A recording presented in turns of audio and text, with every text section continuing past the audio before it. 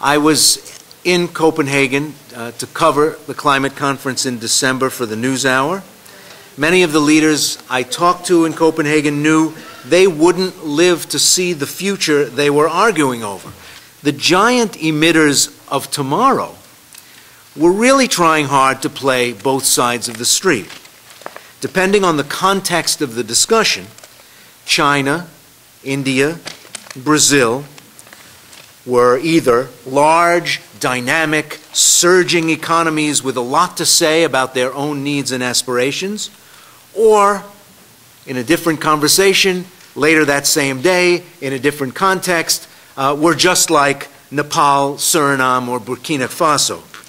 A lot was at stake in Copenhagen, and depending on your perspective, it was either a massive missed opportunity or paved the way for a serious, durable, longitudinal agreement that can't stop global climate change in its tracks. I think that was widely understood and already taken as a given in the conversation.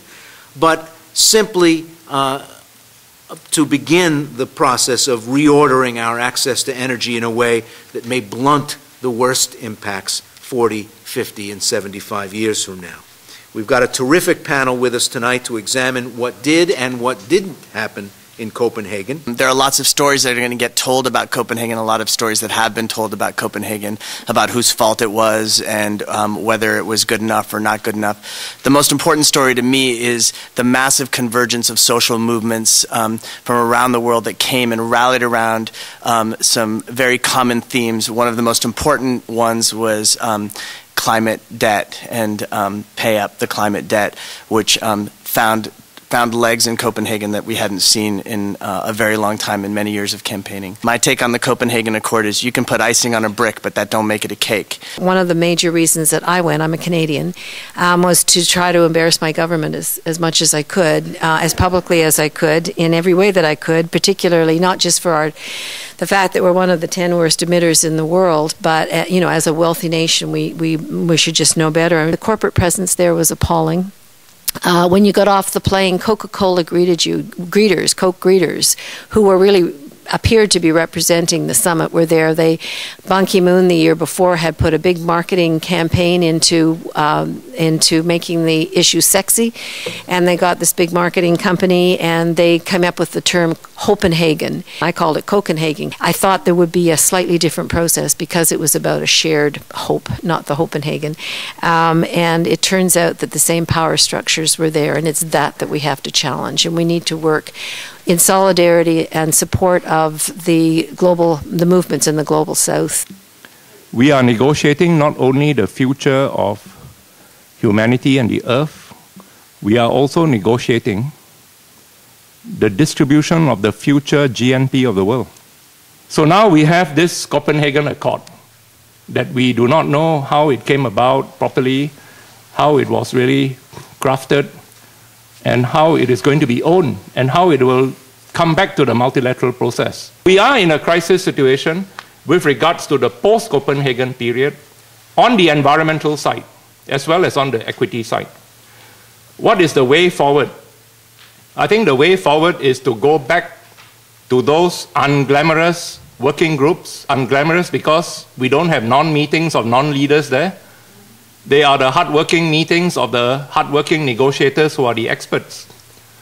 The Chinese, Indians, Brazilians, and South African ministers met about a few weeks ago, and they have made a declaration that they want to return to the multilateral process. They want to have 5 meetings before Mexico.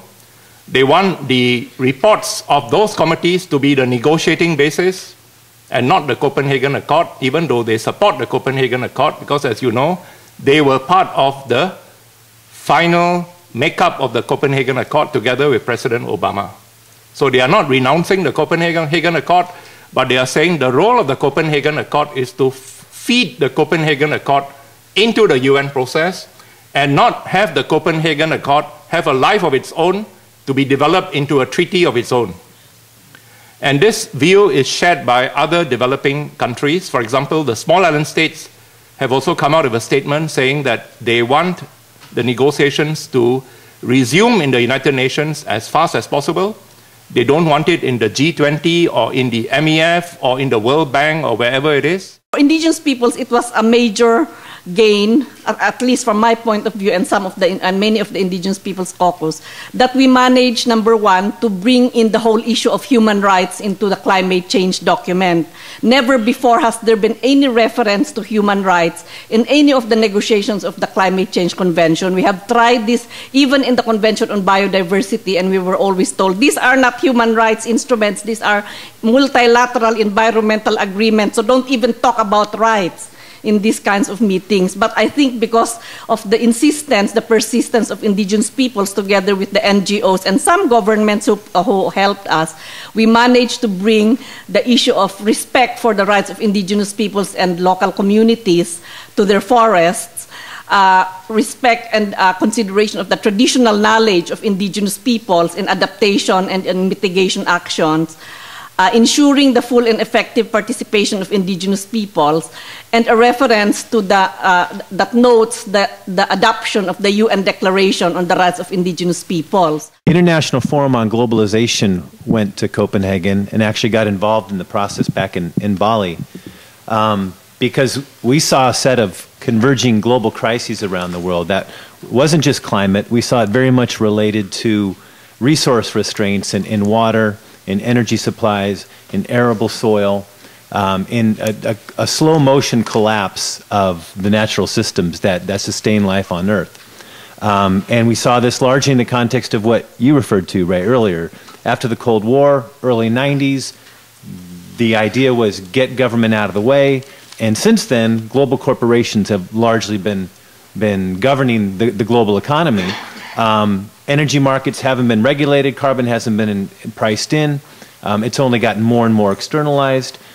We saw this related with the global financial crisis and so many other, the food crisis and so many other areas where corporate powers really captured global institutions, created them and written the rules. And all these things were exploding. And we saw Copenhagen as one very important process, a decision-making process that was going to set ecological limits on the global economy for the first time, and that it had to be done fairly. Our role as civil society was to drag the world's governments to the table and knock their heads together and get them to cooperate and save the planet. That's their job. And we were doing our job to get them to do their job, otherwise they don't do it. You were both very critical of the process.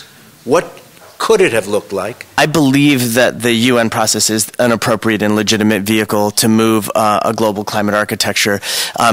Insofar as we need a transition from the model that we have now to one in which communities have much greater control over the decisions that affect their daily life, that resiliency and development issues are defined by the communities, and that people have control over their resources. There's a place for corporations to help us and help themselves stop polluting and so on, come up with technologies, but they should not be designing and running policy, should not have the influence they have at the United Nations, and this is something we have to get a hold of. We don't have anything like the UN at this point, and no matter how imperfect the UN is, right, it is still the body that does bring all the countries together, and it gives, it still rests on the principle of non-discrimination and equality. Change can only come about through people in this hall. We need to bargain with one another for something that is environmentally ambitious.